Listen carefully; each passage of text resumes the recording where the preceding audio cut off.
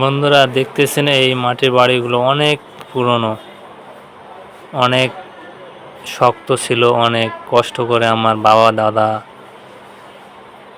দাদার বাবা আরও অনেক আগের যুগের মানুষ তৈরি করেছে। তো এগুলো মাটির বাড়ি ভেঙে ফেলা হচ্ছে, কারণ অনেক জায়গা নিয়ে মাটির বাড়িগুলো করা আছে।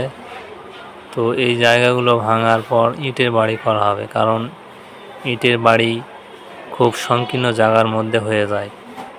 এই মাটির বাড়িগুলো করতে অনেক কষ্ট করতে হয়েছে আমার বাবা দাদা বা আমার বাবার দাদা, তারও দাদা, মানে অনেক আগের যুগের মানুষদের অনেক কষ্ট করে এই বাড়িগুলো করেছে, অনেক শক্তপোক্তভাবে তৈরি করা ছিল।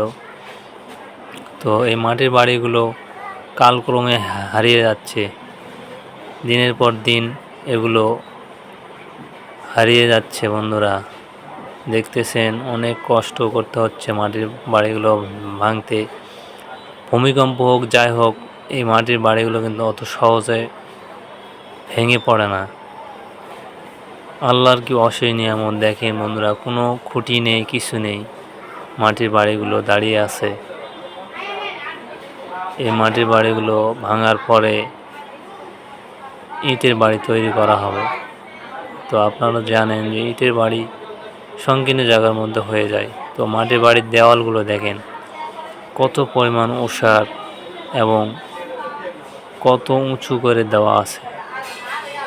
তো এখানে প্রায় 7 শতক জমি আছে, 7% মাটির বাড়ি। তো সেই 7% মাটির বাড়িগুলো ভেঙে, তো ভাঙার পর ইটের বাড়ি করা হবে। তো ইটের বাড়ি তো আপনারা জানেন জায়গা সংকীর্ণ লাগে, এখানেও জায়গা সংকীর্ণ লাগবে। সেই 7 শতক জায়গার মধ্যে 2টা ফ্ল্যাট বাসা হয়ে যাবে ইনশাল্লাহ। দেখতেছেন মাটির বাসাটা পাশেই ইটের বাড়ি করা হয়েছে। তো এই জায়গাটি মাটির ঘরগুলো ভেঙে দিচ্ছি। মাটির ঘরগুলো তৈরি করা আছে অনেক পুরনো আমল থেকে। দেখতেছেন অনেকে হয়তো বা মাটির বাড়ি দেখেননি বা চেনেন না যে মাটির বাড়ি কিভাবে তৈরি করে, কেমন দেখতে।